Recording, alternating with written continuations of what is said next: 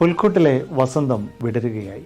മലങ്കര മാർത്തോമ സുറിയാനി സഭയുടെ സംഗീത സംവേദന വിഭാഗമായ department of sacred music and communications അണിയിച്ചൊരുക്കുന്ന പുൽക്കൂട്ടിൽ പൂക്കാലം എന്ന ക്രിസ്മസ് വിളംബര ഗാനസന്ധ്യ 2024 നവംബർ മാസം 30 വൈകുന്നേരം 5:30 തിരുവല്ല ഡോക്ടർ അലക്സാണ്ടർ മാർത്തോമ വലിയ മെത്രാപ്പോലീത്ത സ്മാരക ഓഡിറ്റോറിയത്തിൽ വെച്ച് നടത്തപ്പെടുന്നു.